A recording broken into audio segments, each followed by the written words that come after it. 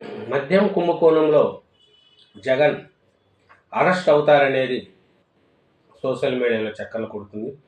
Governor దగ్గర file కూడా పంపించారు. కేంద్ర హోంమంత్రి అమిత్ షా గారి దగ్గరికి కూడా సమాచారం అందింది. ఈ మద్యం కుంభకోణం, భూదందా, ఇసుక మాఫియా ప్లస్ బటన్ నొక్కే కుంభకోణం కూడా 1,50,000 కుంభకోణం జరిగిందని, 1,50,000 కోటి. ఈ మద్యం కుంభకోణంలో 3,500 కోట్లు కుంభకోణం. ఇది అంతిమంగా జగన్మోహన్ రెడ్డి గారికే చేరిందని విజయసాయి రెడ్డి గారు, రాజారెడ్డి కసిరెడ్డి గారు, చాణక్య, సజ్జల శ్రీధర్ రెడ్డి గారు, అధికారులు ప్రతి ఒక్కరూ జగన్ వైపే వేలెత్తి చూపిస్తున్నారు.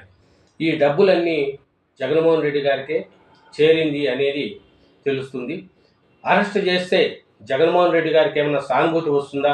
అరెస్ట్ చేయకపోతే కూటమి ప్రభుత్వానికి ఏమైనా చెడ్డ పేరు వస్తుందా అని పక్కా సమాచారాలు సేకరించి కోర్టులో కూడా కేసు నిలబడే విధంగా ఈ ప్రూఫ్లన్నీ కరెక్ట్గా చేసి కూటమి ప్రభుత్వము జగన్మోహన్ రెడ్డి గారిని అరెస్ట్ చేసే ఆలోచనలో ఉంది.